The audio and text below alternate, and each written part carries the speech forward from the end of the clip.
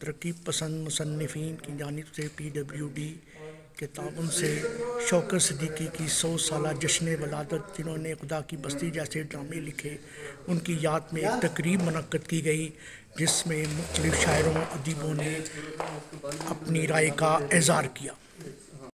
ہمارے کچھ دوست ابھی رضا نعیم صدر لاہور اور مجلس عاملہ میں ہمارے کچھ دوست بیٹھے ہیں، ڈاکٹر خالد جاویدان صاحب بھی ہیں، زاہد حسن بھی ہیں، ابھی کچھ لوگ آ رہے ہیں۔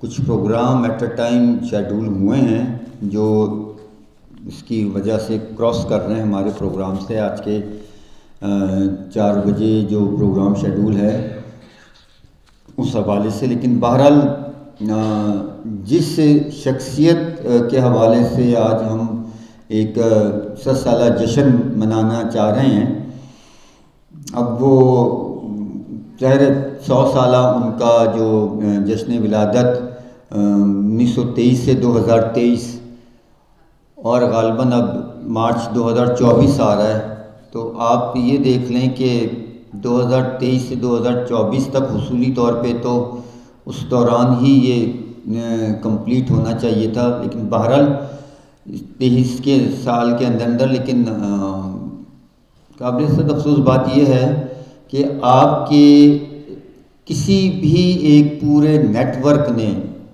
کمیونسٹوں کا، ترقی پسندوں کا، ادیبوں، شاعروں کا، دانشوروں کا، مطلب مختلف سیشن ہوئے ہیں ضرور، ایسا نہیں ہے کہیں فیسٹیول میں ایک یاد کر لیا گیا ان کی ایک سیشن ہو گیا، وہ نہیں، لیکن جو قد کاٹ اور قد آور شخصیت ہم سب جانتے ہیں شوکت صدیقی صاحب کی رہی تھی، ہے اور رہے گی ہمیشہ، اس حوالے سے ایک حق بنتا تھا ہم پہ، ایک فرض بھی تھا، ایک ذمہ داری بھی تھی کہ کم سے کم ایک پورا دن ان کے لیے تو جتنی بھی ممکن بساط ہماری ہے اس کو یاد کیا جائے یا ان کے حوالے سے بات کی جائے، کم سے کم ایک دن، ورنہ تو جو ان کے پہلو ہیں، جو ان کا کام ہے تمام حوالوں سے، اس کے لیے تو جتنے بھی 2 دن بھی ہوں، 3 دن کم، لیکن بہرحال ہم نے اپنی کوشش کر کے ایک دن کا جو سیمینار آپ کہہ لیں کہ 100 سالہ جشن کانفرنس ہے، اس میں 2-3 ہمارے ایک سیگمنٹ ہوں گے،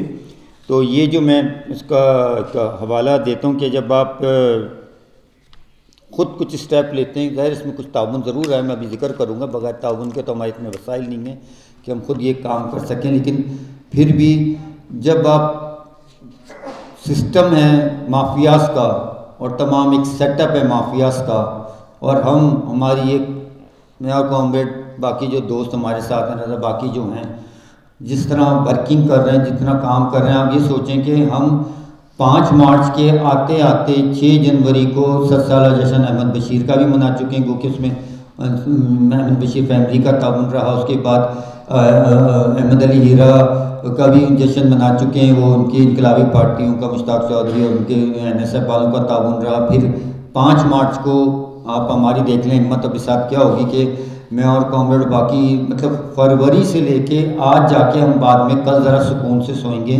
5 مارچ کو حبیب جالب کا ایک پروگرام، بہت بڑی کانفرنس آتا ہے، حبیب جالب کے تعاون سے انجمن ترقی پسند مصنفین نے کی، اور آج جو کانفرنس کر رہے ہیں ہم، وہ ظاہر شوکت صدیقی 100 سالہ جشن ہے، اور وہ ظاہر ہے میں جو ان کے پوتے ہیں شوکت صاحب کے ان کے نام بتاؤں گا، ان کے بیٹے جو ان کے تعاون سے اس میں کنٹریبیوشن جو سب سے زیادہ ہمارے پروگراموں میں رہتا ہے، کچھ بتانے کا، کچھ سلسلے کا، ایک کامریڈ تنویر کا رہتا ہے، دوسرا رضا جو لاہور رضا نہیں کہ ہمیں انفارم کرتے رہتے ہیں یار کہ یہ جشن آ رہا ہے، تو وہ لاسٹ جو احمد بشیر کا شیخ ایاز کے جشن کی ہم نے بڑی کوشش کی، لیکن ہمارے پاس وسائل نہیں ہو پا رہے، تو اگلے سال جو بھی آئیں گے وہ کچھ بتایا تھا رضا نعیم نے، تو یہ جو پروگرام کا شیڈول ہے، جتنی بھی حاضری ہے وہ آپ کو جب ٹکر لینی پڑتی ہے، سسٹم سے خلاف چلنا پڑتا ہے، تو سسٹم کی اپنی طاقت، ایک اپنا سسٹم ہوتا ہے ہمارے اسٹیبلشمنٹ کا، ایجنسیوں کا، باقی لوگوں کا، کہ وہ اس کے خلاف کیا ایکسپیکٹ کرتے ہیں، اور کتنے میسیجز، کتنے پروگرام، کتنی کالز اور کتنی شیڈولنگ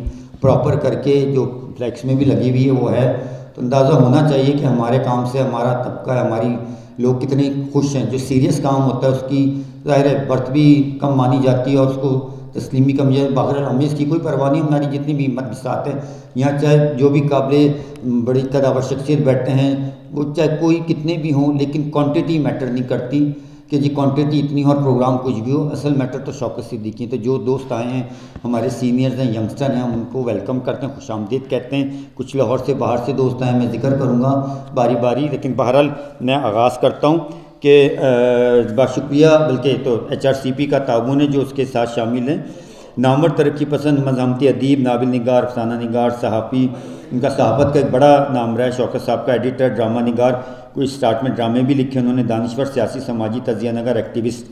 شوکت صدیقی کے 100 سالہ جنم دن، جیسا کہ میں نے بتایا 1923 سے 2023، تو اس کے حوالے سے جو ہم یادیں، باتیں، خراج تحسین، سرخ سلام ان کو پیش کریں گے. اور اس میں سیمینار ہے، ڈاکومنٹری ہے، لائیو ان کی جو شوکت صدیقی کی لائیو ڈاکومنٹری ہے وہ ابھی بیچ میں کہیں ضرور چلائیں گے. ڈرامٹک ریڈنگ ہے، تھیٹر پرفارمنس ہیں، اور ڈرامٹکلی سب یہ جس طرح آپ نے دیکھیں خدا کی بستی کے جانگلس کے، اس طرح وہ ایک سیشن چلے گا. اس کے بعد چائے اور کھانے کا ارینجمنٹ ہے. اور اس کے ساتھ جو ہمارے ایک بہت بڑا ایک اس کو شکر ہے کہ بہت عرصے سے بلکہ بڑا رابطے رہتے تھے، لیکن پتہ ہوتا تھا کہ ہمارا ایک بڑا نام ادب کے حوالے سے، تاریخ کے حوالے سے، اور ایک ترقی پسند تحریک اور ترقی پسند اس کا جو ایک حوالہ ہے وہ اتنا مضبوط ہے حسن جعفر زیدی صاحب کا کہ وہ دانشور محقق کے ادارہ مطالعہ جو تاریخ ہے اس میں تحت 12 کتابیں والیوم، وہ صرف پاکستان کی تاریخ نہیں ہے، وہ بر صغیر اور پوری دنیا کے اس حوالے سے جو ایک آپ کا ایک سسٹم بنتا ہے اس کے حوالے سے وہ تاریخ ہے. تو ہم نے مجلس صدارت رکھی ہے، اور مجلس صدارت میں ہماری جو 2 شخصیتیں وہ تو آگے بھی تیسری آنے والی ہیں. تو میں آپ سب کی تالیوں میں میں سب سے پہلے جو مجلس صدارت میں حسن جعفر زیدی صاحب ہیں، میں ان سے درخواست کرتا ہوں کہ یہاں تشریف لائیں. اور ایک پچھلے دنوں بڑی ایک ہماری خوش قسمتی کے فخر زمان صاحب نے ظاہر کانگریس، پنجابی کانگریس ہوتی ہے، اور اس دفعہ بڑی خوشی کی بات ہے کہ انڈیا اور پاکستان کے کچھ تعلقات اتنے بہتر ہوئے ہیں کہ کم سے کم وہ ایک آنے جانے کا جو ابھی تو یہ بتائیں گے ہمارے جو مہمان آئے ہیں کہ کتنی سہولت ملی ہے ان کو انڈیا اور پاکستان سے آنے میں، اور پاکستان کی ایمبیسی یا گورنمنٹ نے، انڈیا کی ایمبیسی اور گورنمنٹ نے کتنا اس کو ایک آسانی پیدا کی ہے. لیکن بہرحال اس کانفرنس میں مجھے ابھی کچھ 2-3 دن پہلے ہی پتہ چلا، جو کانفرنس میں ہم، کیونکہ 5 مارچ کو تو ہمارا جالب کانفرنس تھی، ایک بڑا نام ڈاکٹر خالد اشرف، بڑی مہربانی، شکریہ، سابق پروفیسر ہیں، دہلی یونیورسٹی کے، محقق ہیں، نقاد ہیں، مترجم میں کئی کتابیں کی آ چکی ہیں. میں ان سے بھی درخواست کرتا ہوں کہ ویلکم ان کو کرتا ہوں کہ یہ آئیں. اور بھی خاور نہیں ہاشمی صاحب آئے نہیں ہیں، وہ آتے ہیں تو میں بلاتا ہوں. لیکن جو ہمارے مہمانان خصوصی ہیں وہ سوال سے ان سے بات چیت تو ہو رہی تھی، اور بلکہ خواہش تو یہ تھی کہ جو ابھی ہم نے اینڈ میں ڈرامہ کرنا تھا وہ ایک سیٹ اپ ان کے ساتھ تھا، لیکن کچھ ٹائمنگ اور کچھ ڈیٹوں کا جو ایسا حوالہ تھا جو ہو نہیں سکا، اور اس میں بڑا کنٹریبیوشن ہے. ابھی مبینہ جی بھی آ رہی ہیں، ہماری فائنینس سیکٹری ہیں، اور شہاب صاحب کا بھی ملتان سے ہمارے بڑے جو کلچر سیکٹری ہیں الاؤ کے ملتان سے رانا شہباز صاحب ملتان سے یہاں آئے ہیں تعلیم و تدریس میں. ان سے درخواست کرتا ہوں کہ یہاں تشریف لائیں. رانا شہباز صاحب کلچر سیکٹری ہیں الاؤ تنظیم جو ہے ملتان سے. دوسرا جو ایک حوالہ تھا اس میں اشرف خالد ملک صاحب کا تھا، لیکن وہ شاید کچھ آ نہیں سکے، لیکن ان کے ساتھ جو آئے ہیں وہ بھی ایمرسن یونیورسٹی سے پروفیسر ہیں، تعلیم و تدریس سے وابستہ ہیں، اسلم عارف صاحب. میں ان سے بھی درخواست کرتا ہوں، ان کو ویلکم بھی کرتا ہوں کہ یہاں تشریف لائیں. اور میں اپنے جو ظاہر ساتھ ابھی خاور صاحب آنے والے، میں جو کامریڈ تنویر ہمارے مرکزی صدر ہیں، میں ان سے بھی درخواست کرتا ہوں کہ وہ اسٹیج پر لائیں. اور کیونکہ اس کانفرنس میں ایک بڑا حوالہ، ایک بڑا کنٹریبیوشن ہمارے لاہور کے صدر رضا کا رہا ہے، میں رضا سے بھی درخواست کرتا ہوں کہ وہ یہاں آئیں. باقی جو ہمارے کچھ اظہار خیال کرنے والے ان میں سب سے پہلے تو ظاہری بات ہے کامریڈ کریں گے، اس کے بعد رضا. باقی جو دوست ہیں وہ آ بھی گئے ہیں، کچھ آ بھی رہے ہیں، تو وہ اظہار خیال کریں گے. رضا آپ ادھر آ جائیں. تو وہ میں سب سے پہلے جو ایک ہے اس میں انشاءاللہ بھی تھوڑی دیر میں ہو جائے گا، بڑھ جائے گا، کوئی بات نہیں. لیکن میں سب سے پہلے جو ایک حوالہ بنتا ہے ہمارا اس حوالے سے جو کامریڈ تنویر سب سے پہلے تو منشور پیش کریں گے خالد اشرف صاحب کو، باقی دوستوں کو تو موجود ہے، اور اظہار خیال بھی کریں گے۔ آغاز کامریڈ تنویر سے ہی ہوگا کیونکہ شوکت صدیقی سے کامریڈ کا ایک بڑا مضبوط تعلق رہا ہے، کراچی بھی جا کے ملتے ہیں اور کافی خطوط بھی، اور کچھ باتیں ایسی ہیں جو کامریڈ کی بس میرے خیال سے شاید اور کسی کو نہ پتہ ہو۔ تو میں چاہوں گا کہ وہ پہلے تو خالد اشرف صاحب کو جو انجمن کا منشور ہے وہ پیش کرتے ہوئے ادھر آئیں، منشور پیش کریں کامریڈ، اور ادھر آ کے اظہار خیال آپ کریں۔ کامریڈ تنویر ادھر آ کے دوبارہ دیں نا ان کو، یہاں اس کا حصہ ہے۔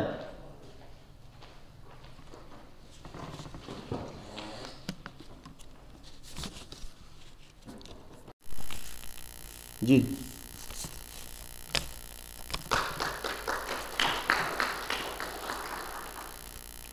کامریڈ ادھر آ کے آپ آغاز آپ نہیں کرنا یار، ادھر آ کے بات کریں۔ آغاز کروں؟ ہاں آپ نہیں کرنا نا بالکل،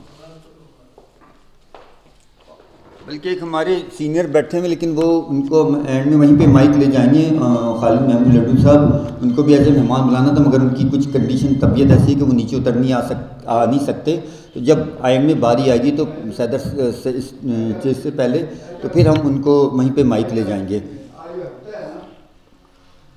تو وہ ابھی میں جس طرح بتا رہا تھا، ابھی کچھ دوست آ رہے ہیں، کچھ اس کے سیگمنٹس ہیں، اور اس میں ابھی جو یہ کہتا ہوں تو میں تمام مہمانوں کا جو آج شوکت صدیقی کی جشن میں شامل ہوئے ہیں، خاص کر جو انڈیا سے آئے ہوئے ہمارے ڈاکٹر خالد اشرف صاحب، تو بات یہ ہے کہ آج لاہور کے اندر ہم شوکت صدیقی کی جشن منا رہے ہیں، تو یہ کتنی کم حاضری ہے، یہ پتہ ہمیں کیوں حاضری کم ہے، وہ یہ سب کچھ پتہ ہے ہمیں، اور مزید حاضری کم اسی وجہ سے ہے کہ ہمارا تعلق کمیونسٹ تحریک سے ہے، اور کمیونسٹ تحریک کو یہاں پہ پسند نہیں کیا جاتا پاکستان کے اندر، اور یہاں پہ وہ ظالم جابر جگیرداروں کو پسند کیا جاتا ہے، یہاں پہ سرمایہ داروں کو پسند کیا جاتا ہے، یہاں امریکی ایجنٹوں کو پسند کیا جاتا ہے، یا مذہبی جنونیوں کو پسند کیا جاتا ہے، یا کمیونسٹوں کو سوشلسٹوں کو پسند نہیں کیا جاتا، اس لیے ہماری حاضری یہاں پہ نام نہاد جو کمیونسٹ ہے پاکستان کے اندر ترقی پسند ہے،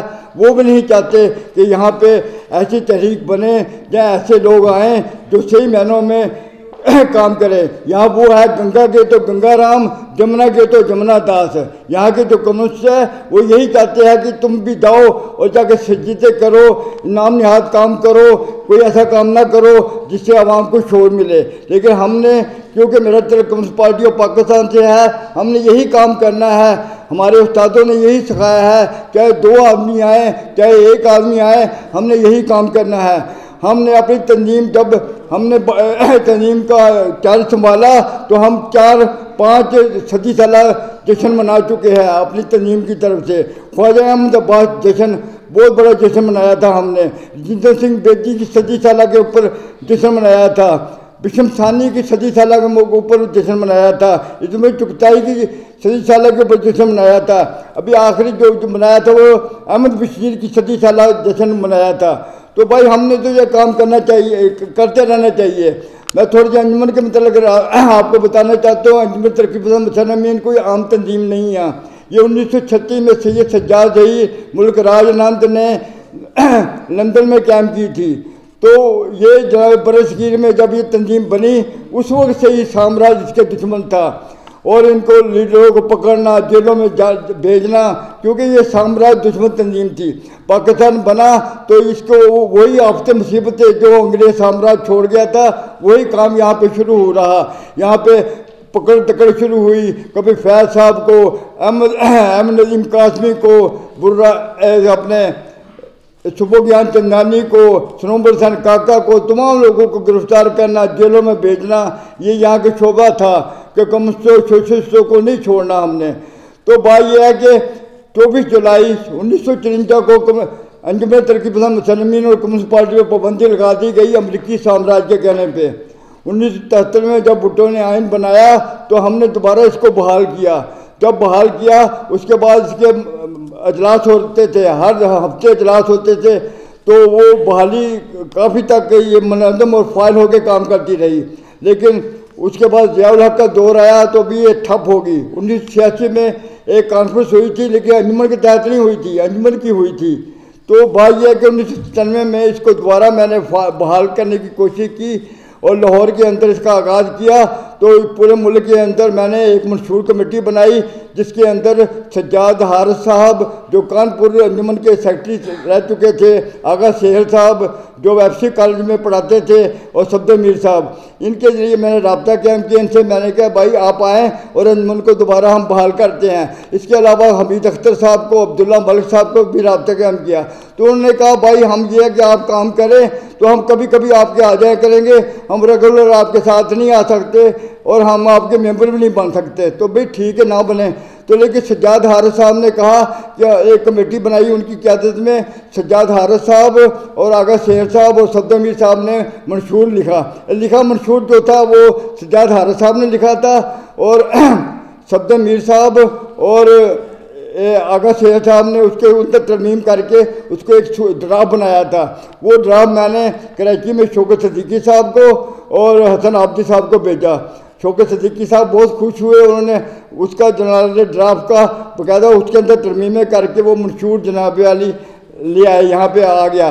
وہ منشور جب تیار ہو گیا تو جب اس طرح ہم نے انجمن بنا لی تو نام نہایت ترقی پسند جو ڈر و خوف مبتلا تھے وہ آ گئے. انہوں نے آگے کہ ہم موتبر ہے انجمن کے, ہم نے انجمن یہ ہے وہ آ گئے. میں پیچھے ہٹ گیا, میں درویش آدمی تھا. میں نے کہا میرا کام ہے کہ یہ انجمن بن گئی ہے, ٹھیک ہے آپ چلائیں. جب میں سجاد دیر کا نام لیتا تھا, چھپتے بھائی کا نام لیتا تھا تو وہ کہتے تھے بھائی نہ یہ نام نہ لو, یہ بڑے خطرناک نام ہے, یہ کمیونسٹ ہے, ہم تو سرکاری ملازم ہے, ہم تو فائدے حاصل کرنے ہیں, ہم تو یہ کرنا ہے وہ کرنا ہے, یہ کام نہ آپ کریں بھائی, یہ نہ کریں, ہم نے انجمن چلانے دو ہمیں, کیونکہ وہ ایجنسیوں کے پیڑ ہولڈر پہ تھے اور آج بھی ہے وہ. تو انہوں نے نہ خود کام کیا نہ ہم کرنے دیتے تھے. 2014 میں ہم نے انجمن کو دوبارہ جوید آفتاب کی قیادت میں دوبارہ فعال کیا. تو میں اس کا مرکزی صدر نہیں بننا چاہتا تھا, لیکن کراچی کے دوستوں نے اور پشتونخوا کے دوستوں نے کہا کہ نہیں اگر کامریڈ اس کا مرکزی صدر بن جائے تو ہم یہ انجمن کے بعد انہوں نے لکھنے پڑھنے کا کام شروع کیا. اس سے پہلے جنرلی وہ ادیب بھی تھے, دانشور بھی تھے, آج میں آپ کو بتاؤں وہ شاعر بھی تھے. جب میں نے ان کو کہا کہ آپ شاعری کرتے ہیں تو کہنے لگا یار کیوں مجھے کہہ رہے ہو کہ کیا شاعری میں کرتا ہوں, میں نہیں شاعری ہوں, میں ادیب ہوں, دانشور ہوں. میں نے کہا اگر میں ثابت کر دوں کہ آپ شاعر بھی ہے تو ہنسنے لگ گئے. کہہ رہے میں کہ آپ کی 2 نظمیں, ایک شاعرہ میں ایک نقلو کے نیا عدم میں شائع ہو چکی ہے. تو ہنسنے لگے, کہہ رہے یہ وہ میں بےخوبی کرتا رہا ہوں تو لیکن آپ نے اس کو کیوں اچھال رہے ہو. تو میں کہ وہ نظمیں میرے پاس ہے. تو کہنے لگے یار وہ نظمیں مجھے ضرور بھیج دینا. خیر میں ان کو بس یہ شعر کے وہ نظمیں بھی بھیج دی تھی. تو انہوں نے یہاں پہ کام شروع نہ ہم کسی کو دے سکتے ہیں نہ کسی سے پبلش کرا سکتے ہیں, ہمیں کچھ فنڈ ہو تو کیونکہ ان چیزوں کی ایک حوالہ بنتا ہے. تو جو بھی کامریڈ بات کر رہے تھے نا انجمن کا, تو یہ ہے وہ اس میں جو کامریڈ نے نام لیے تھے جن کا جو ایک حوالہ بنتا ہے کہ آغا سہیل, سجاد حارث, حسن عابدی, ان سے مل کے لکھا تھا. اور آغا سہیل, صفدر میر اور سجاد حارث, انہوں نے مل کے یہ منشور و کامریڈ نے ان کو دیا تھا. اور حسن عابدی جی اور شوکت صدیقی صاحب نے اس کو ریکمنڈ کیا تھا. تو 18 سال بعد ہم نے یہ منشور پرنٹ کیا. اور دوسرا یہ میگزین جو 25 جو شمارے تھے انڈیا میں بمبئی اور لکھنؤ سے ہوئے, اور تقسیم کے بعد تقریباً 2019 میں یہ آپ تمام ان کامریڈوں کے اور ترقی پسند خطرناک لوگوں کی تصویریں جن سے ساتھ کا سسٹم ڈرتا تھا. اور اس کی سزا ہمیں یہ ملی کہ ہم دوسرا شمارہ 2-3 سال پہلے کمپوز کرا کے بیٹھے ہوئے, لیکن اس کو پرنٹ کرانے کے ہمارے پاس نہ وسائل ہیں نہ پیسے. یہی جو کچھ ہم کر لیتے ہیں دوستوں کے تعاون سے, یہی بہت ہے. بہرحال میں اب ایک معذرت کہ مجھے لیٹ ہو گیا, مجھے اسٹارٹ ویسے دیر سے ہوئی تھی. شوکت صدیقی صاحب ہمارا ایک بڑا نام ہے مزدوروں کے, لیبروں کے اور کسانوں کے, ان کے حال سے پاکستان مزدور محاذ کے وہ مرکزی جنرل سیکرٹری, میں ان سے اسٹیج پہ درخواست کرتا ہوں کہ اور میں اب درخواست کرتا ہوں ہماری جو اس انیشیٹو میں جو زیادہ کنٹریبیوشن رضا نعیم کا کہ وہ یہاں آئیں اور اظہار خیال کریں.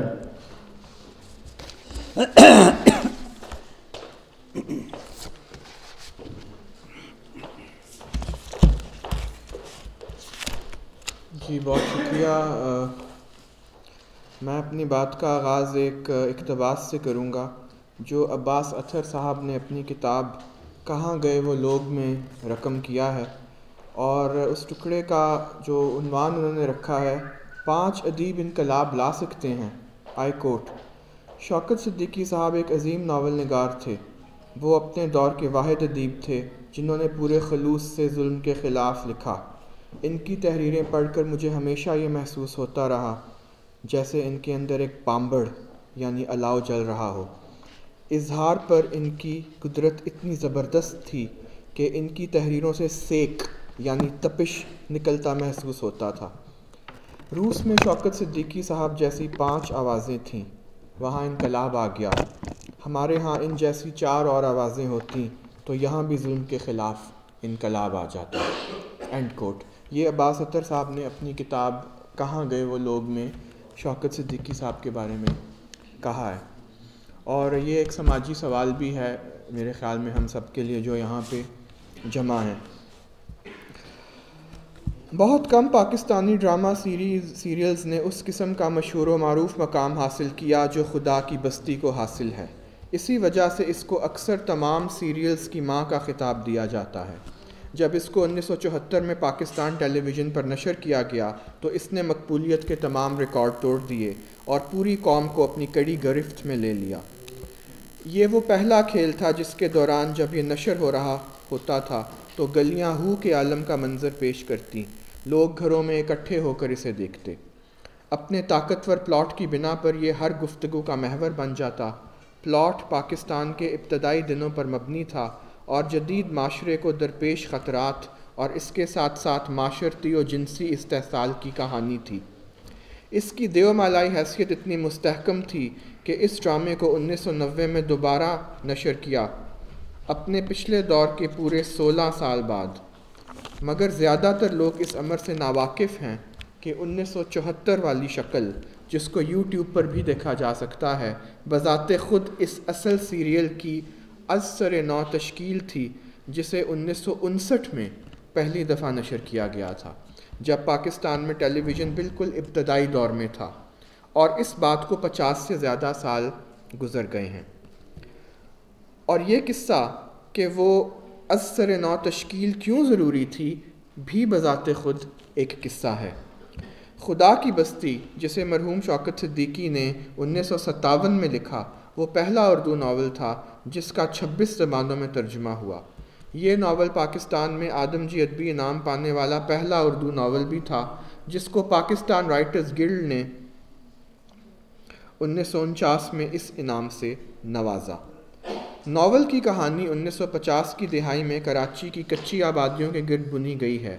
ایک غریب اور کشمکش کرتا ہوا سنگل پیرنٹ خاندان اس کا محور ہے، اور کیسے اس کو بدکاروں اور لالچیوں کے ہاتھوں محرومیوں کا سامنا کرنا پڑتا ہے اور استحصال کا شکار ہوتا ہے۔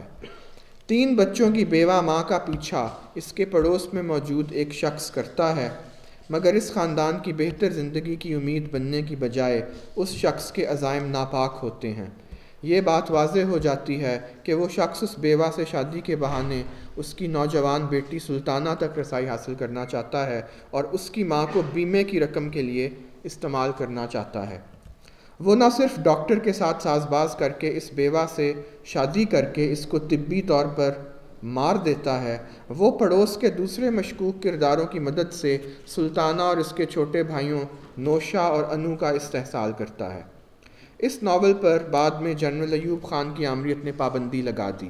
وہ اس کو اشتراکی خیالات سے بے حد درجہ متصور کرتے تھے، اور کیونکہ اس ناول میں جس طرح کا معاشرتی تبصرہ کیا گیا تھا وہ پاکستانی معاشرے کی کوئی بہت زیادہ گلابی تصویر نہیں پیش کر سکا تھا۔ اس پابندی کو پاکستان رائٹرز گلڈ نے چیلنج کیا اور آخرکار 1968 میں ناول پر سے پابندی ہٹا لی گئی۔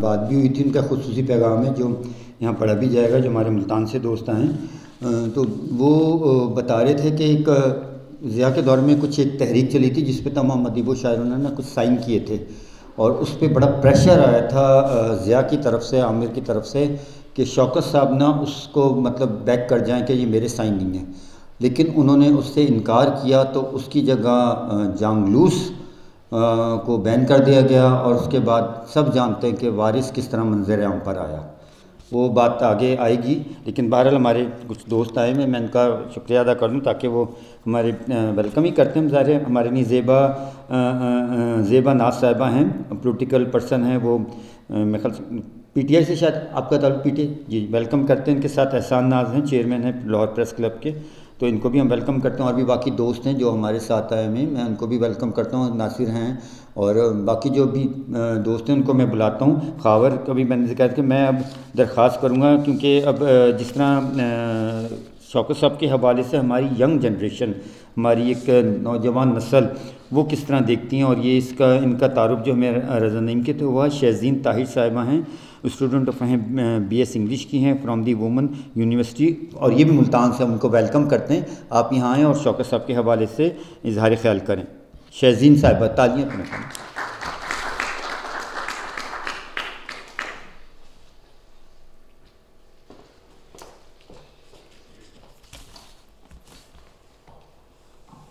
تمام معزز حاضرین محفل کو شہزین طاہر کا سلام۔ اہل قلم اور اہل ادب کی محفل میں بیٹھنا میرا ذوق ہی نہیں، جنون بھی ہے، اور اسی جنون نے مجھے ملتان سے لاہور آنے پر مجبور کیا ہے۔ میں اس منتظمین انجمن ترقی پسند مصنفین کا دل سے شکریہ ادا کرتی ہوں کہ انہوں نے مجھ جیسی ادب کی طالبہ کو آپ جیسے عظیم قلم کاروں سے ملنے اور بات کرنے کا موقع فراہم کیا ہے۔ آج اس عظیم شان محفل میں شوکت صدیقی کی 1958 میں لکھے گئے مشہور ناول خدا کی بستی پر اپنی ناقص خیالات بیان کرنے کی جسارت کر رہی ہوں۔ امید واسق ہے کہ آپ میری غلطیوں کو نظر انداز کرتے ہوئے میری حوصلہ افزائی فرمائیں گے۔ 1958 میں شوکت صدیقی کا پہلا ناول خدا کی بستی شائع ہوا، جسے اردو ادب کا عظیم شاہکار قرار دیا جاتا ہے۔ اس ناول کی عالمی سطح پر پذیرائی ہوئی۔ انگریزی کے علاوہ اب تک دنیا کی 26 ترقی یافتہ زبانوں میں اس کا ترجمہ ہو چکا ہے۔ اس کی مقبولیت کا اندازہ اس بات سے لگایا جا سکتا ہے کہ پاکستان ٹیلی ویژن سے 5 مرتبہ کاسٹ کیا جا چکا ہے، اور اس وقت تک اس کے صرف اردو میں 46 ایڈیشن موجود ہیں۔ خدا کی بستی شوکت صدیقی کا وہ ناول ہے جو حقیقت پسندانہ انداز میں حکمران طبقے کی بدعنوانی، سماجی مرتبے کی خواہش، دولت کے حصول کی انتھی طلب، مستقبل کا خوف، بے روزگاری، بھوک، بے راہ روی، جنس ہنگامہ اور تازہ نما عناصر کی حیثیت رکھتے ہیں۔ خدا کی بستی در حقیقت ماڈرن ٹریجڈی کی عکاسی کرتی ہے، جو گریک ٹریجڈی یا ٹریڈیشنل ٹریجڈی سے بالکل مختلف ہے، کیونکہ ٹریڈیشنل ٹریجڈی میں ہیرو آف نوبلٹی کا ذکر کیا جاتا ہے، اور ماڈرن ٹریجڈی میں متوسط یا نچلے درجے کے لوگوں کی زندگی اور ان کے مسائل کو بیان کیا جاتا ہے۔ سے جان گئے تھے، یا پھر آج ہم بھی خدا کی بستی میں اپنی زندگی بسر کر رہے ہیں۔ خدا کی بستی جہاں ایک طرف مارکسزم کی عکاسی کرتا ہے، وہیں دوسری طرف کیپٹلزم کے مسائل کو بھی نمایاں کرتا ہے۔ راجہ نوشا اور شامی کی فاقہ کشی، سلیمان کی بے روزگاری، زندگی کی بنیادی سہولیات کا فقدان۔ تو گزارش یہ ہے کہ ظاہر خدا کی بستی جاملو سے کس طرح ان کا ایک امپیکٹ پڑا ہے سب کو، کہ وہ کردار آج بھی زندہ ہیں۔ آپ کا سسٹم نہیں بدلا، آپ کا سماج نہیں بدلا، آپ کے مافیاز نہیں بدلے، آپ کا بدماش سرمایہ دار بدماش جو ایک سامراج ہے وہ نہیں بدلا، اسٹیبلشمنٹ نہیں بدلی، فوج کے جو ایک اعلیٰ اہلکار ہیں سپریم کورٹ نہیں بدلی، سب کچھ ویسے ہی ہے جو 70 سال سے ہوا ہے۔ اور خاص طور پہ جو یہ کرداروں کا ذکر ہو رہا ہے، شوکت صاحب نے ان میں سے بہت سے کرداروں کے درمیان زندگی گزاری جو حقیقی کردار تھے۔ تو بہرحال میری گزارش ہے کہ جو اگر بات بھی کریں خدا کی بستی ناول کے، اس ناول کو کوٹ کرنے اس کے حوالے سے کوئی تنقیدی اس پہ بھی بات ہو. میں ایک اور ہماری ایک خاتون ان کو ویلکم کرتے ہیں, پہلی دفعہ آئی ہیں, شہزین صاحبہ کو بھی. الوینہ وسیم جی ہیں, assistant professor F C college ہیں, teaching and linguistic for 15 years. ہم ان کو بھی درخواست کرتے ہیں کہ وہ یہاں آئیں, اور رضا نے ایک بڑا اچھا ہمارے ان سے تعارف ہوا, ہم ان سے بھی درخواست کرتے ہیں وہ یہاں آئیں اور شوکت صاحب کے حوالے سے اظہار خیال کریں. شکریہ. السلام علیکم. میرا نام الوینہ وسیم ہے, جیسے کہ آپ کو بتایا گیا ہے. میں پچھلے 15 سالوں سے لنگوسٹکس پڑھاتی ہوں ایف سی کالج میں. میری پی ایچ ڈی ہے کریٹیکل ڈسکورس انالیسس اور ٹرانسلیشن اسٹڈیز میں. تو مجھے جب رضا نعیم نے کہا کہ مجھے ایک مقالہ پڑھنا ہے, تو مجھے سب سے پہلے تھوڑی سی تکلیف یہ ہوئی کہ میں چونکہ اتنے سالوں سے جو الفاظ فراوانی کے ساتھ انگلش میں بولتی آئی ہوں, وہ مجھے کنورٹ کرنا اس فلوئنسی میں تھوڑا سا پرابلم ہوگا, جس کے لیے میں پہلے سے معذرت خواہ ہوں آپ سب سے. چونکہ میرا کام ہے پڑھانا, تو میں نے یہ پہلے دن دیکھ لیا تھا کہ ہماری جو نئے نسل ہے اس کو اس سے کوئی شغف نہیں ہے کہ وہ کیا لٹریچر پڑھے اور وہ کیوں پڑھے. تو I made it a point کہ ٹرانسلیشن اسٹڈیز ایک ایسی چیز ہے جس سے میں ان کو ہمارے جو لوکل رائٹرز ہیں, پوئٹس ہیں, ان کے بارے میں ایک تھوڑی سی انڈرسٹینڈنگ دے سکتی ہوں. تو میں نے اسی طریقے سے شوکت صدیقی صاحب, عصمت چغتائی, عظیم بیگ صاحب, رشید جہاں بیگم, ان سب کو یوز کیا. یوز ہی کہوں گی, ابیوز نہیں کیا, یوز کیا, تاکہ ان کی ٹرانسلیٹڈ ورکس بچے پڑھ سکیں اور انہیں پتہ چلے کہ وہ ان کی لیگیسی کیا ہے اور ان کو آگے کیا لکھنا اور کرنا ہے. اس کے اندر جیسے کہ ابھی انہوں نے فرمایا کہ کوئی ایسی بات کریں جس کے اندر کوئی علمی پہلو ہو, تو میں اس میں شوکت صدیقی کو جو ان کی ٹرانسلیشن شروع کی ہوئی ہے وہ کی ہے میں نے پوسٹ کلونیل بیک ڈراپ میں. پوسٹ کلونیل ماں بعد نو آبادیاتی نظام. پوسٹ کلونیلزم کی سب سے بڑی چیز ہے غلامی, کہ جب آپ کا کلونیلسٹ چلا گیا اس کے باوجود بھی ہمیں اس کے اثرات ختم نہیں ہوئے اور ہم آج بھی اسی غلامی میں ہیں. شوکت صدیقی صاحب کے ناولز میں یہ غلامی عروج پہ نظر آتی ہے. دوسری بات کہ میری پی ایچ ڈی چونکہ فیمنزم میں ہے, تو میں ذرا تھوڑی سی مین ہو جاتی ہوں اور ہر رائٹر کو فیمنزم کے لیے پڑھاتی ہوں, ہر ایک کو نہیں. شوکت صدیقی صاحب کے جتنے بھی ناولز ہیں اس میں وہ عورت کی کردار کے تھرو سامراجیت اور سماجی جو ان کے اوپر ہیجمنی ہے, پاور کی, آئیڈینٹی کی, کاسٹ کی, کلاس کی, اس قدر خوبصورت طریقے سے بتاتے ہیں کہ پھر اس میں کوئی ضرورت ایکسپلینیشن کی محسوس نہیں ہوتی. لائٹنگ کا پرابلم آ جاتی ہے 8-9 بجے کے درمیان, تو ہمیں اس کو سم اپ کرنا ہے, بیچ میں چائے اور ظاہر کھانے کا بھی اینڈ میں پروگرام ہے. تو میں اب ہمارے جو 2 دوست ہیں, لیکن وہ ایک کیونکہ وہ آئے ہیں, میں ان کو بلانے کا کہا تھا مگر انہوں نے معذرت کی. میں وہ حوالہ اس لیے دے رہا ہوں کہ میں جب اسلام آباد گیا تھا تو 4 مہینے جو میں نے رہا ہے, اب ہمارے جیسے بندے اگر اسلام آباد جا کے 4 مہینے رہے اور انجمن کی ایک تنظیم سازی اور یونٹ سازی کریں, تو اس میں جو بڑا اہم نام مجھے وہاں سپورٹ ملی تھی, وہ کیونکہ لیٹ پہنچے اور تھکے ہوئے بھی بہت ہیں. انجم سلیمی ویسے بھی ہماری جو پنجاب کی جو باڈی ان کے ڈپٹی جنرل سیکرٹری ہیں, اور انہوں نے بڑا پنڈی یونٹ بنانے میں بڑا کنٹریبیوشن کیا تھا. میں خاصی اس بارے میں کلیپنگ تو ہونی چاہیے کیونکہ وہ کچھ اظہار خیال میں نے شکریہ ادا کیا ہے آپ سب کا.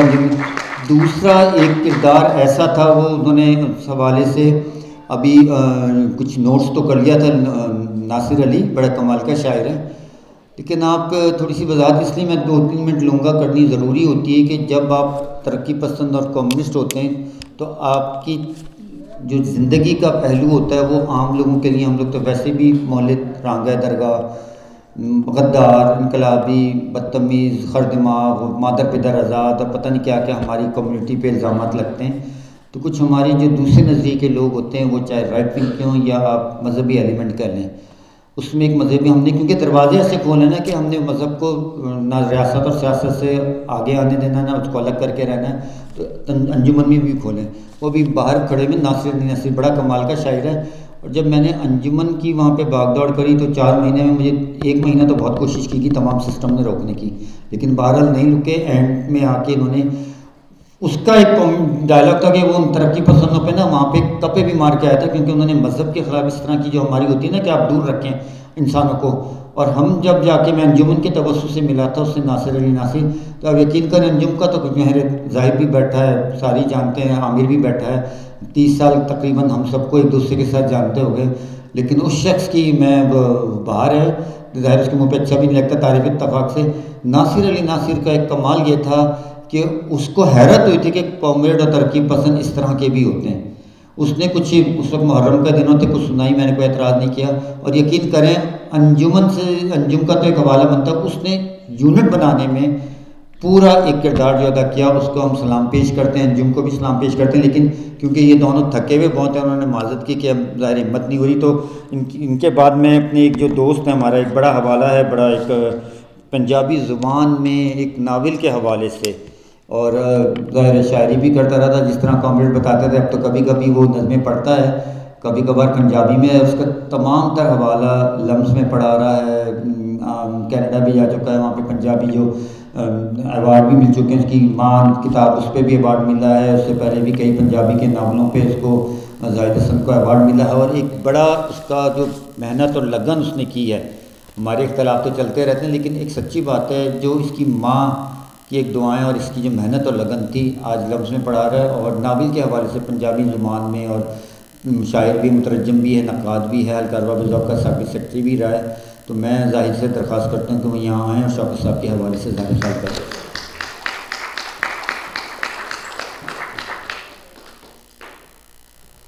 جی بہت شکریہ جاوید. اور بالکل سانوں یہ یقین ہے کہ جدو ایک کامریڈ نوں دس دتا جائے کہ تو کامریڈ ہے تو کنا خطرناک ہو سکتا ہے اسی بھگت رہے ہیں.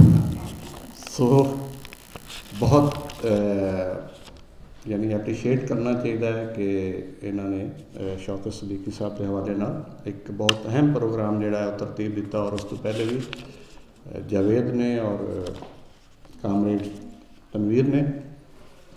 دوسری گل یہ کہ لوگوں کہہ دیں نے کہ جی بہت تسی تفصیل دے نال مطالعہ کر کے اور آنا، تو یہاں آ کے پتہ چلتا ہے کہ جی آپ نے تھوڑا سا مختصر رکھنا ہے، تو وہ بندہ جو ہے نا اس کو پھر کر نہیں سکتا. تو ہو یہی رہا ہے کہ یہاں پہ جتنے دوست احباب ہیں، بہت سے سینئرز بھی آج آ گئے یہاں پہ، کہ ہماری جو تاریخ ہے اگر ہم اس کا مطالعہ کریں، ابھی بہت سی باتیں ہوئیں، کچھ کوٹیشنز ہم نے سنی، خاص طور پہ عباس ستر صاحب کا نام لیا گیا. پہلی بات تو یہ کہ ہمارے یہاں سیریس جو لکھنے والے ہیں سنجیدہ ہلکے، ان کو بھی پتہ نہیں ہوگا کہ عباس ستر صاحب نام کے کوئی صحافی تھے بہت اچھے، اور پھر اس کے بعد کوئی وہ شاعر بھی تھے جو پنجابی میں بھی لکھا، اردو میں بھی نظمیں لکھی.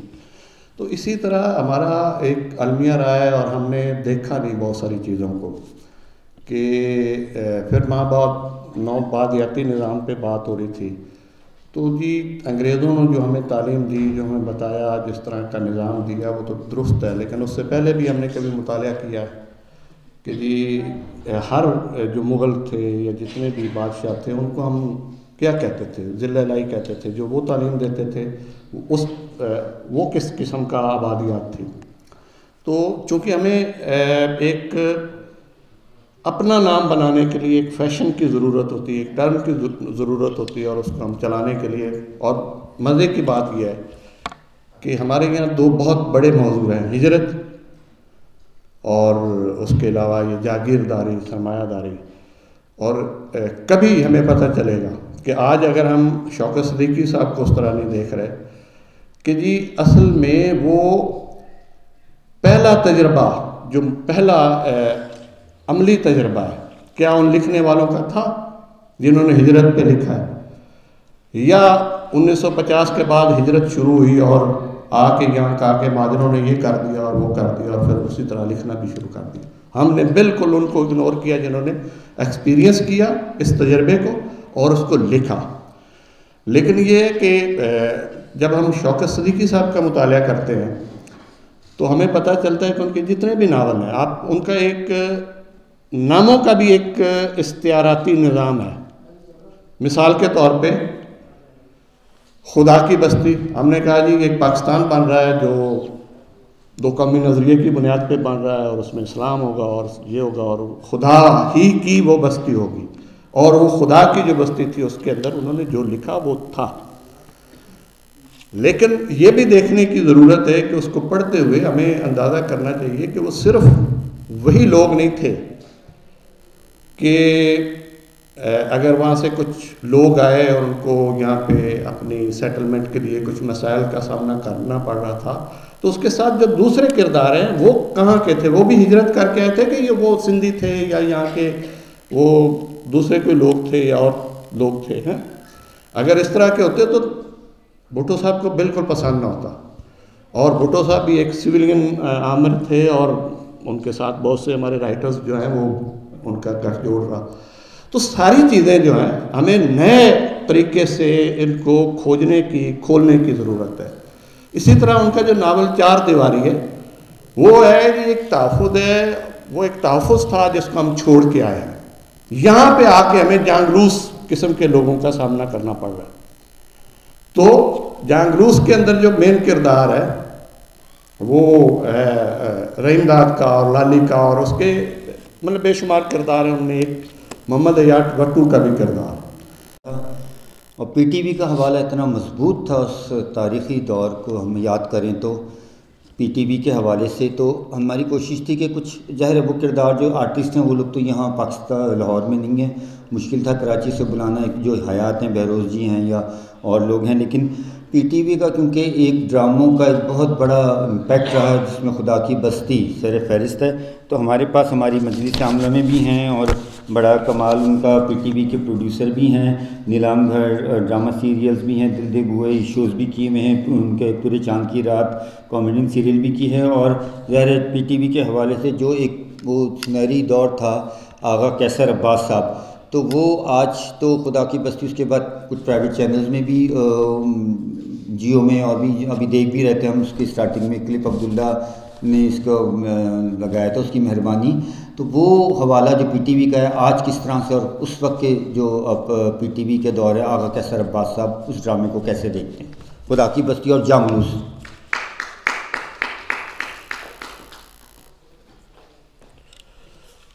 بسم اللہ الرحمن الرحیم. انجمن ترقی پسند مصنفین پاکستان، آپ کا یہ شاخسانہ رہا ہے کہ آپ نے ہمیشہ لوگوں کو یاد رکھا ہے. آج 9 تاریخ ہے اور مجھے ہم بچپن میں ایک سنا کرتے تھے اپنے پیرنٹس سے کہ نواں 9 دن تو پرانا 100 دن. تو آج 100ویں ان کی سالگرہ ہے اور ہم یہاں اکٹھے ہوئے ہیں. مجھے جب یہ پوسٹ بھیجی تھی جوید بھائی نے تو اس میں اتنے خوبصورت نام تھے، تو میں نے کہا یہ انہوں نے ایک ایسا ایک اکٹھا کر لیا ہے. تو جب میں یہاں آیا تو یہاں پہ مجھے صرف مختصر لوگ نظر آئے اور باقی جو نام ہے ادب کے حوالے سے وہ تو نہیں آئے. لیکن جوید صاحب کا شاخسانہ ہے کہ انہوں نے سبھی کو اکٹھا تو کرنے کی کوشش کی. لیکن بات یہ ہو رہی تھی کہ جی شوکت صدیقی صاحب کے حوالے سے بات یہ کروں گا کہ جب میں نے ٹی وی جوائن کیا تو چونکہ یاور حیات صاحب میرے استاد محترم تھے اور منو بھائی، اصغر ندیم سید صاحب، یہ بڑے نام تھے، یہ ہمیشہ ان کے پاس کمرے میں بیٹھا کرتے. تو شوکت صدیقی صاحب کا کوئی نہ کوئی حوالہ، کوئی نہ کوئی بات ضرور ہوا کرتی تھی. ہمارے وہاں پہ اسکرپٹ ایڈیٹر تھے ظہور بھائی، وہ بھی ہمیشہ ان کو بہت یاد کرتے تھے. ان کے ساتھ ان کی دوستی بھی تھی ظہور بھائی کے ساتھ. تو اشتیاق ہوا ہمیں بھی ان کی ملنے کا بھی اور کہیں کہ ہماری بھی کوئی ملاقات ہو جائے. ملاقات تو ہماری نہیں ہوئی، لیکن ان کے ڈرامہ چونکہ ہم نے بچپن میں دیکھے ہوئے تھے تو پہلے اس کو اس حوالے سے نہیں دیکھا ہوا تھا. جب ہم ڈائریکشن میں آئے تو پھر ہم نے ان کے ڈراموں کو اس حوالے سے دیکھا کہ ڈرامہ بنتا کیسے اور بنایا کیسے جاتا ہے. میں یہ سمجھتا ہوں کہ پاکستان ٹیلی ویژن کو عروج پہ لانے کے لیے اگر کسی شخص کا ہاتھ ہے تو وہ شوکت صدیقی صاحب تھے. شوکت صدیقی صاحب کے ڈراموں کی وجہ سے لوگوں نے ٹی وی دیکھنا شروع کیا، بلکہ ہمارے پاکستان میں نہیں، ہمارے ہمسایہ ملک میں بھی یہ چیزیں جو ہیں دیکھی گئیں. اور پھر اس انڈسٹری کے ذریعے انہوں نے اپنی اس انڈسٹری کو ہائی لائٹ کیا جو ان کی بالکل جا چکی ہوئی تھی. فلم انڈسٹری بالکل نیچے چلی گئی تھی، لیکن انہوں نے ہمارے ڈراماز کی وجہ سے اپنی انڈسٹری کو بھی اوپر کیا. بات چونکہ میں زیادہ اس لیے نہیں کروں گا کیونکہ بہت سارے لوگ بیٹھے ہوئے ہیں جنہوں نے باتیں کرنی ہیں. شوکت صدیقی صاحب کا جو نام ہے یہ زندہ رہے گا ادب کے حوالے سے بھی اور ویسے بھی.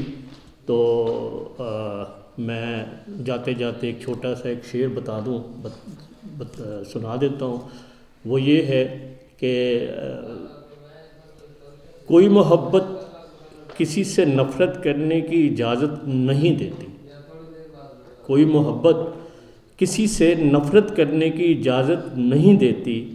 جس دل میں محبت جگہ کر لے وہاں نفرت کے لیے کوئی جگہ نہیں رہتی. Thank you very much. Neelam ji آئی ہوئی ہیں مگر ان کی طبیعت ابھی بتا رہی ہوں، بات کرنا مشکل، ان کے دانتوں کی بڑی پرابلم ہے.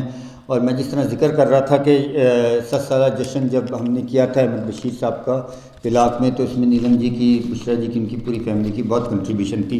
ابھی ہمارے پاس ایک بہت سینئر، ان کو ہم چاہ رہے تھے کہ اسٹیج پہ دعوت دیں گے، بٹھائیں گے، لیکن کون نہیں جانتا خالد محبوب لڈو صاحب کے نام سے. ان کا ایک ترقی پسند سوچ و فکر نظریہ، ایک کام ان کا، اور ان کا بھی بڑا ایک تعلق رہا ہے شوکت صدیقی صاحب سے.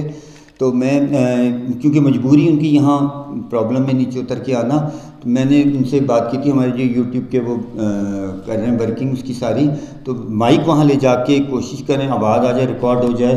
تو خالد تو شوکت صدیقی صاحب کی جو تحریر ہے، اس کی جو ڈرامائی تشکیل ہے، اس کے بارے میں تو کافی تفصیل سے بات ہو چکی ہے. میری تو شوکت صدیقی صاحب سے ذاتی اعتبار سے دوستی ایسے ہوئی کہ ہم نے ایک چھوٹا سا اسٹڈی گروپ بنایا تھا، ینگ پیپلز فرنٹ. تو اس کے سلسلے میں جب کراچی گیا تو میری پہلی بار شوکت صدیقی صاحب سے ملاقات ہوئی، اور میں نے ان کو ایک اچھا انسان پایا. پھر جب وہ اپنا ناول پلان کرنے لگے جانگلوش، تو وہ سب سے پہلے میرے ٹیچر، جن کا میں بہت ابھی تک ممنون ہوں کہ انہوں نے مجھے بہت ساری باتیں سکھائیں، تو میرے استاد تھے ظاہر چودھری صاحب. ان کے ساتھ انہوں نے اس کا جو گسٹالٹ کہتے ہیں آپ، یا ٹیکنیکل ٹرم نہیں مجھے پتہ، تو اس میں انہوں نے بہت سارا کیا. اس دوران شوکت صدیقی صاحب نے مجھ سے کہا، تو میں نے کہا جو باتیں میں نے آپ سے سنی ہیں اس کے حوالے سے، جہاں میرا بہت بچپن گزرا، ضلع ماؤنٹ گنگوی میں ایک جگہ ہے قادر آباد، نہر کے کنارے ایک چھوٹا سا اسٹیشن، وہ صحیح ہے کیونکہ وہاں نہر بھی نزدیک ہے.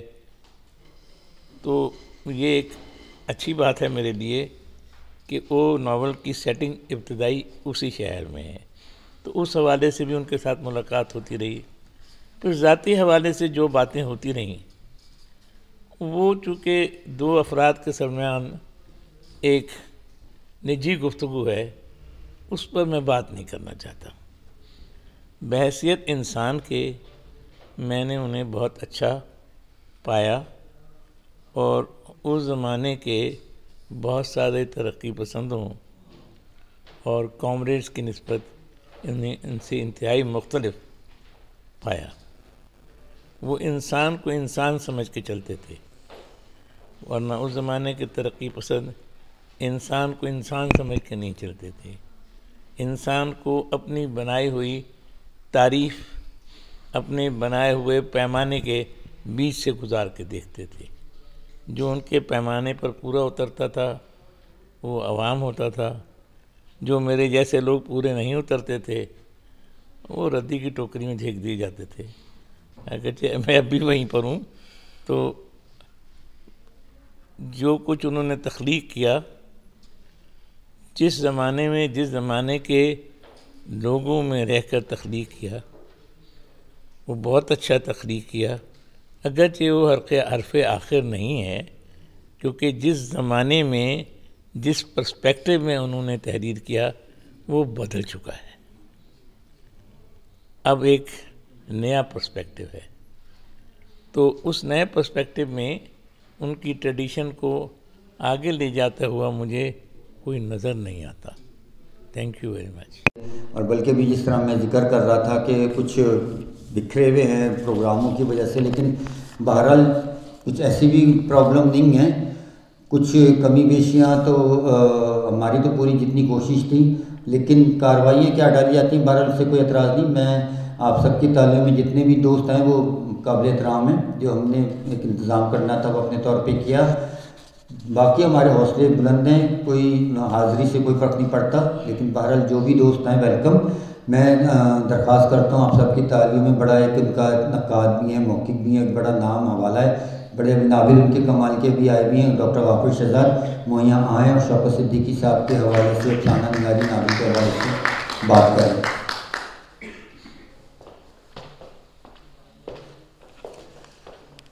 بہت شکریہ خواتین و حضرات.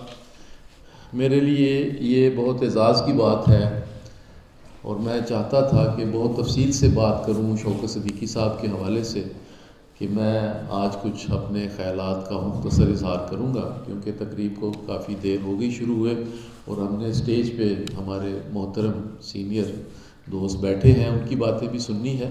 دو چار باتیں جو سرسری طور پہ کہہ لیں یا جلدی میں جو میں کرنا چاہتا ہوں. ایک تو یہ ہے کہ ہم نے جب لکھنا شروع کیا تو ظاہر ہے اس سے بہت پہلے شوکت صدیقی صاحب کا نام جو ہے وہ اسٹیبلش ہو چکا ہوا تھا. اچھا، اب جب سنجیدگی سے اس دور کے جتنے بھی فکشن رائٹر تھے خاص طور پہ ان کی چیزوں کو دیکھا کئی دفعہ کہ آخر ان کی تحریروں میں ایسا کیا ہے کہ یہ پڑھے بھی جاتے ہیں، ان کے بڑے نام بھی ہیں، اور ظاہر ہے ان کے بڑے کام کی وجہ سے ہر سطح پر اس کی ستائش بھی ہوئی ہے. مختلف طرح کے ایوارڈز جو ہیں وہ بھی دیے گئے ہیں، اور اس زمانے میں ایوارڈز دیے گئے جب کام پر ایوارڈ دیا جاتا تھا، صرف تعلقات پر یا کچھ اور جو عوامل ہیں اس کو بنیاد بنا کے نہیں دیا جا سکتا. اور دیکھ لیں اس وقت جو بھی لوگوں کو ایوارڈز ملے ہیں ان کا کام اگر ہم دیکھیں تو واقعی وہ بہت ورتھ فائل کام ہے. تو انہی میں ایک شوکت صدیقی صاحب کا جو کام ہے وہ بھی ہے. تو مختلف اوقات میں یعنی 5-10 سال گزرنے کے بعد میں ایک دفعہ ضرور جو ہمارے کچھ سینئرز ان کو ضرور پڑھتا ہوں، تاکہ جو میں نے اپنے آپ کو امپروو کیا ہوتا ہے اس کے حوالے سے ایک سیکنڈ پرسپیکٹو ان کے کام کا جو ہے وہ لیا جائے اور اس کو بیان کیا جائے.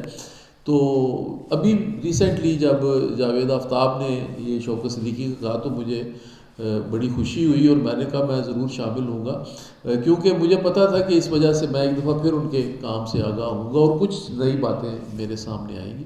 تو ان میں سے 2-4 باتیں جو ظاہر ہے کچھ دوستوں نے کی بھی ہوں گی، میں جو ایکسپیرینس کیا اس اسٹڈیز کے درمیان. ایک تو یہ میرے ذہن میں آ رہا تھا کہ شوکت صدیقی کی کیا ٹیکنیک ہے، فکشن کی ٹیکنیک کیا ہے. دیکھیں اس وقت جیسے قرۃ العین حیدر یا عبداللہ حسین کے ناول جو کہ ہسٹوریکل پرسپیکٹو میں لکھے جا رہے تھے اور تاریخ کے کسی نہ کسی یا World War II سے یا پارٹیشن کے وقت جو ایک کلچر ڈیولپ ہوا اس میں قرۃ العین نے جیسے لکھا وہ اس حوالے سے ان کے کام ہیں اور ظاہر ہے بڑا کام ہے اس موضوع پہ.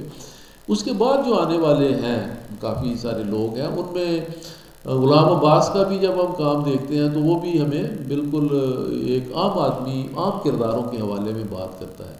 تو غلام عباس کے کام میں اور شوکت صدیقی صاحب کے کام میں بہت واضح فرق ہے، حالانکہ وہ دونوں ہی ایک عام معاشرے کے جو عام فرد ہیں ان کے حوالے سے چیزوں کو دیکھتے ہیں.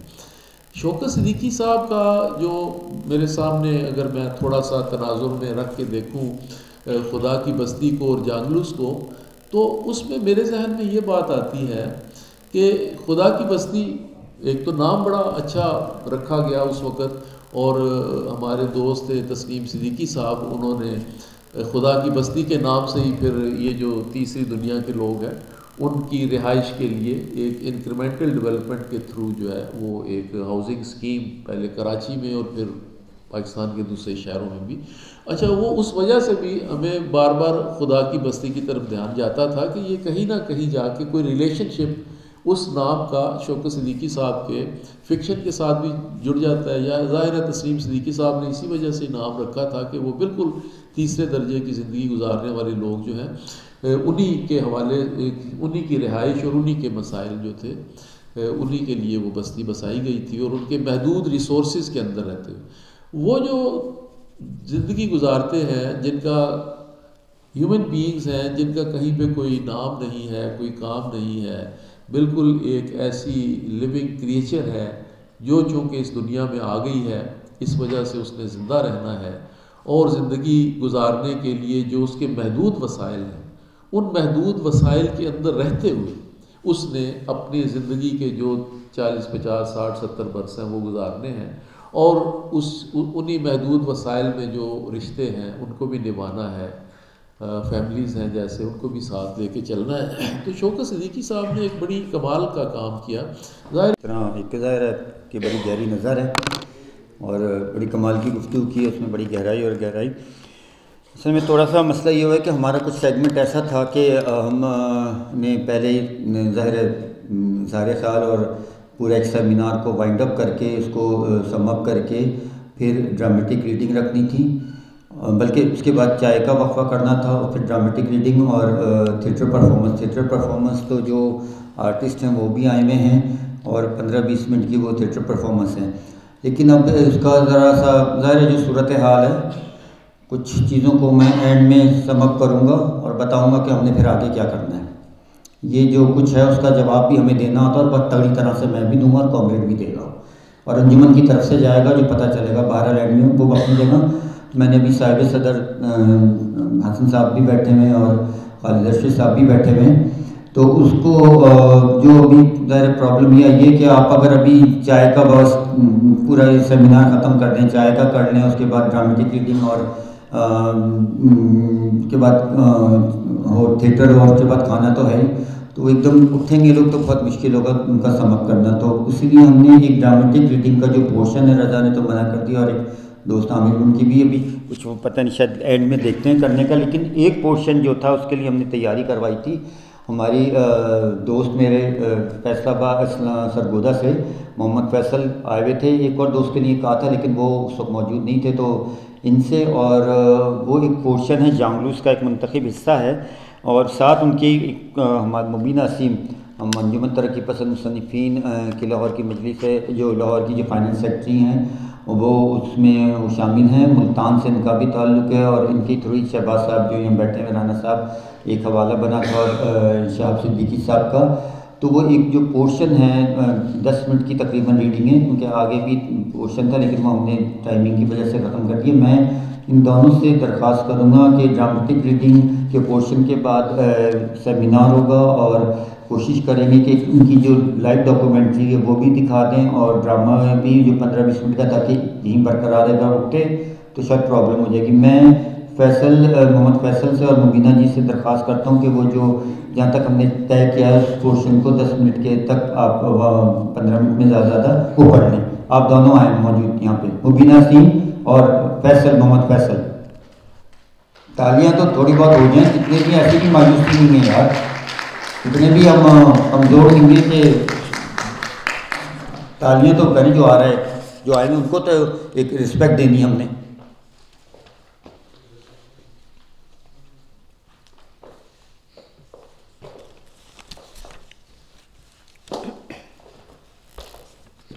السلام علیکم.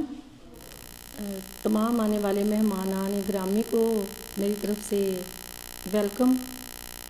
اور میں یہ تھوڑا سا کلپ جو ہے وہ پڑھوں گی.